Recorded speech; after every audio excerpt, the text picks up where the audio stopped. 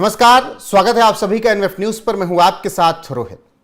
कोई उसे मोदी का सिंघम कहता है, कोई उसे अमित शाह का भाई कहता है। तमिलनाडु की जनता उनमें अपना शायद भविष्य देखने लगी है। पूर्व में आईपीएस रहे हैं, वर्दी जब पहनी थी तब भी महिलाओं और बेटियों के लिए खड़े थे। आज जब बीजेपी के अध्यक्ष हैं तमिलनाडु के, तब भी बेटियों की बात कर रहे हैं और स्टालिन सरकार को उखाड़ फेंकने का दम भर रहे हैं। नाम है कुपुसामी अन्नामलाई, यानी कि अन्नामलाई। अब कोड़े अपने आप को मार रहे हैं प्रायश्चित करते हुए। कल हमने आपको विस्तार से खबर बताई थी। ऐसे में योगेश अग्रवाल जी से चर्चा करेंगे कि लड़कियों के साथ जो जाति हो रही है, जिस तरीके से फास्ट ट्रैक में मामले जा भी रहे हैं, लेकिन उनकी सुनवाई सही से नहीं हो पा रही है, जल्दी फैसला नहीं आ रहा है। ऐसे में अन्नामलाई जैसे नेताओं को इस तरीके के लिए काम करना पड़ रहा है, सरकार को, प्रशासन को झुकाने के लिए, जो कि खुद एक वक्त प्रशासन में रहे। एक बच्ची के साथ अन्ना यूनिवर्सिटी में वहां पर सेक्सुअल हरासमेंट हुआ, उस बच्ची को न्याय नहीं मिल पा रहा है। स्टालिन सरकार खामोश बैठी है, पुलिस प्रशासन के पर सवालिया निशान है। ऐसे में अन्नामलाई ने ऐलान किया कि न जूते पहनूंगा और डीएमके सरकार को उखाड़ फेंकूंगा, तभी मैं चैन की सांस लूंगा। योगेश जी, बच्चियों के साथ जाति कब बंद होगी, पहले यह समझाइए, फिर अन्नामलाई पे चर्चा करते हैं। देखिए, ये ना प्रशासन जो होता है ये एक सरकार के हाथ में होता है रोहित जी। और अगर आप बात कर रहे हैं कि भाई बच्चियों को इंसाफ कब मिलेगा, कानून तो बने ही हुए हमारे देश के अंदर। जितने भी लॉ मेकर हैं इन्होंने कानून तो बनाए, कानून को तो सख्त किया ही है। निर्भया के बाद कानून तो हमारा पूरे तरीके से, अगर इस तरह का कोई यौन उत्पीड़न का मामला आता है तो उसके अंदर बहुत सख्त कानून है। और फास्ट ट्रैक की कोर्ट में इनको चलाने के लिए पहले से ही सुप्रीम कोर्ट तक के इनके आदेश है। लेकिन कहीं ना कहीं देखो, ये सारी चीजें जो होती हैं प्रशासन और सरकार के हाथ में होती हैं। अब अगर कोई मामला है, अगर वो थाने के अंदर ही उसको रिपोर्ट नहीं करा जा रहा है, क्योंकि इस मामले में भी ये बात आई है कि लड़की ने खुद जाकर के बाद में शिकायत करी है। वो पर्टिकुलर एक अपने फ्रेंड के साथ कहीं अन्ना यूनिवर्सिटी में थी और वहां पर कोई रेडी पटरी वाला था, कुछ ऐसा बताया है कि उन्होंने वहां पर उसके साथ कोई यौन उत्पीड़न का कुछ बिरयानी बेचने वाले ने यौन उत्पीड़न का मामला है। लेकिन अब देखिए, अब यहाँ पर सरकार की मंशा आती है सामने, क्योंकि प्रशासन के हाथ में है। जब इस तरह का मामला आता है तो वो उसको कितनी फास्ट तरीके से काम करते हैं। अब अगर आज की डेट में के अन्नामलाई को इस तरीके से सरकार के सामने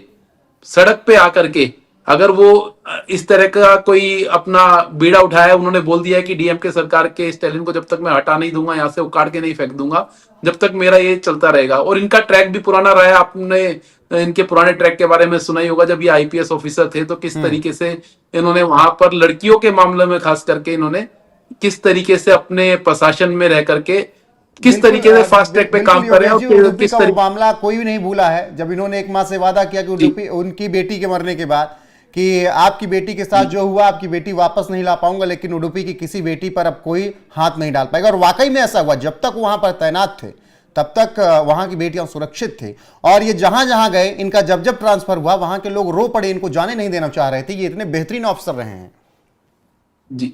तो अब जो ये मामला आया है, जिस तरीके से ये खुद को, क्योंकि कोड़े मारने का तो मतलब यही है, कहीं ना कहीं ये बताना चाह रहे हैं, देखो मैं इसके अंदर प्रायश्चित कर रहा हूं। क्योंकि पिछली बार ये इलेक्शन लड़े, किसी कारणवश वहां पर सरकार नहीं बन पाई। तो आने वाला टाइम, अगर ये इन्होंने एक अपना बीड़ा उठा लिया है कि यहाँ से सरकार को, डीएमके सरकार को उखाड़ फेंकेंगे, तो मुझे लगता है आने वाले समय में पहनूंगा। जी बिल्कुल, जूता भी नहीं पहनूंगा। और देखिए, बिल्कुल वीडियो के अंदर क्लियर नजर आ रहा है किस तरीके से अपने आप को ही कोड़े मार रहे हैं। तो आने वाला समय तमिलनाडु के अंदर देखिए सरकार बनाएंगे और मुझे लगता है कि समय बहुत अच्छा होगा। और जो आज की डेट में यूपी में हो रहा है, वो आने वाले समय में तमिलनाडु में भी एक वकील की भविष्यवाणी, वैसे तो भविष्यवक्ता होते हैं, लेकिन एक वकील की भविष्यवाणी की जैसे यूपी में आज हो रहा है, कल को तमिलनाडु में अन्नामलाई के राज में ऐसा होगा।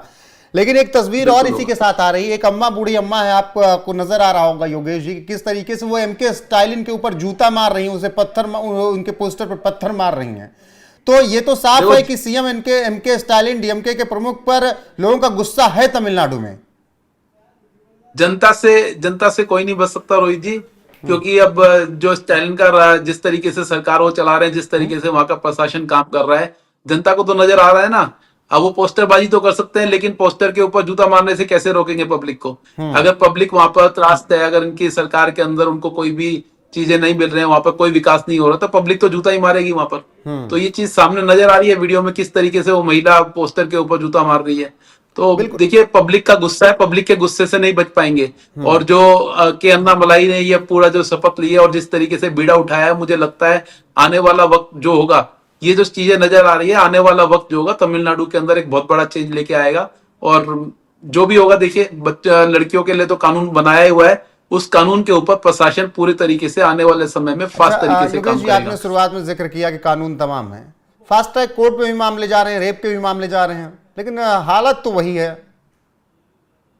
जी देखिए, फास्ट ट्रैक कोर्ट के अंदर जो मामले जाते हैं, ऐसा नहीं है कि फास्ट ट्रैक कोर्ट में फैसले जल्दी नहीं सुनाए जाते हैं, लेकिन हमारे देश में मामले इतने सारे लंबित हैं। अगर फास्ट ट्रैक कोर्ट के अंदर ऑलरेडी वहां पर एक कोर्ट को बहुत सारे मामले दे दिए जाएंगे, तो उसके अंदर तो समय लगेगा। प्रोविजंस बनाए गए हैं, उन प्रोविजंस को लेकर लेकिन लकूना है अभी भी।